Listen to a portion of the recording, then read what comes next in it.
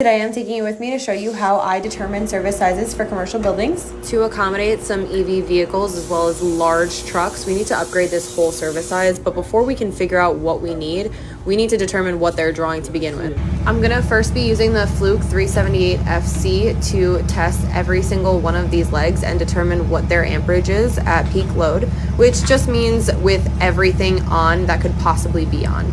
So this current service size is a 400 amp service jumping off of a transformer behind me, running into this meter pan with 3-phase parallel feeders. So I need to take the measurement of every single one. I can also determine rotation with this meter as well. It saves onto my phone on the Fluke app, which is really nice. While I'm taking these measurements, I also have to try and figure out what the best course of action is to run a larger service. So with that, it's important for me to find the pole that it's coming from, how it's being run to the transformer, and how it gets to the meter, and how we're going to move everything around when we do upgrade. So back at the shop is a completely different story. I use NEC codebook, obviously. Article 220 is where you're going to find a lot of the information you're looking for load calculations, as well as I use the Uglies book.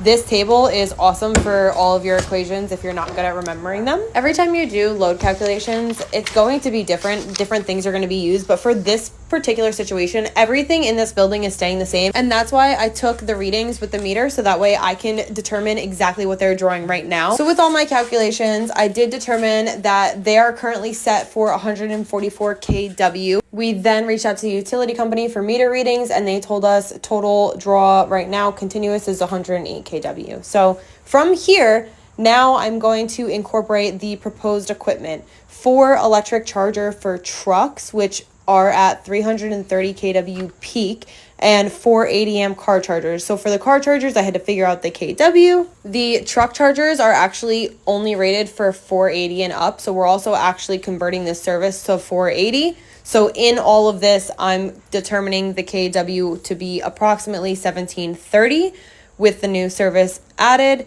And what I want to do is now determine amperage, so that way I can give this to utility companies. I determined around 2,000 amps for this. Right now, they're actually only putting 2 electric truck chargers in, but they wanted the proposed 4 just in case they need to add more. They don't want to have to increase their service size. So now the move is sending this to the utility company that we are going to be changing a 3-phase 400 amp 208 service to a 3-phase 2,000 amp 480 service.